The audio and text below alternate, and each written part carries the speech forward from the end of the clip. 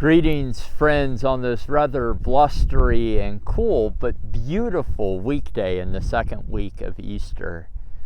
I'm this week in Clarksburg, over kind of on the eastern edge as we go back towards Damascus, looking out over the Aurora Hills community here in Clarksburg. And it's such a blessing to be here, to have this beautiful space, this vibrant and growing community right in our own backyard. And I think about Clarksburg. I think about its rapid growth. As some of you may know, it's the fastest growing region in the entire state of Maryland. And I think about it as I think about our lesson for this upcoming Sunday from the 21st chapter of St. John's Gospel. It is Jesus' third resurrection appearance to his disciples as they're fishing on the coastline. And in it, we have the famous dialogue between Jesus and Peter, where Jesus says to St. Peter 3 different times, "Feed my sheep, tend my lambs, feed my lambs." And the admonition is not just to St. Peter, but to all of us.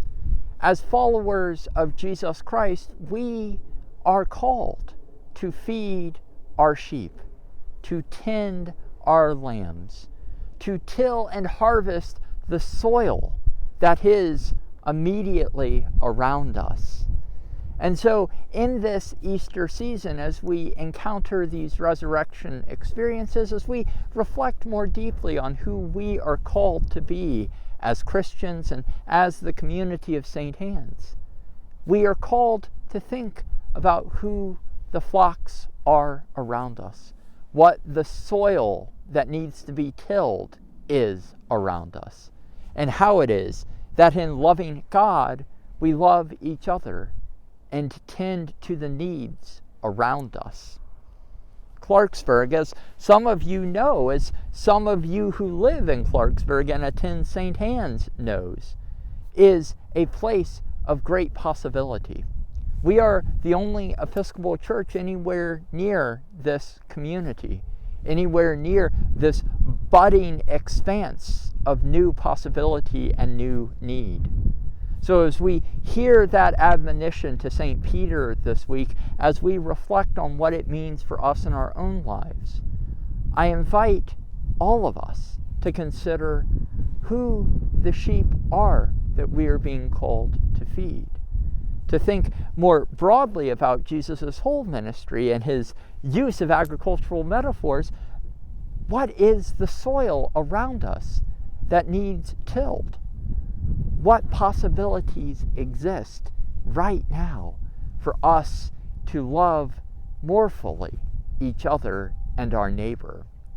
How is it that in loving God and loving Jesus, how is it that we love one another, care for one another, and harvest the good fruit that God is producing right around us? It's our invitation in every moment of every day throughout our lives. But it's especially appropriate to consider what that possibility and what that call may be for us today as we hear our gospel lesson for Sunday and reflect ever more deeply on how we are called to love God, and in loving God to love and care for each other. On this beautiful and glorious day, friends, know that my prayers are with you.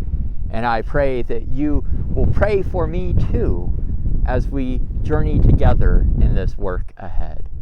Blessings now and blessings always.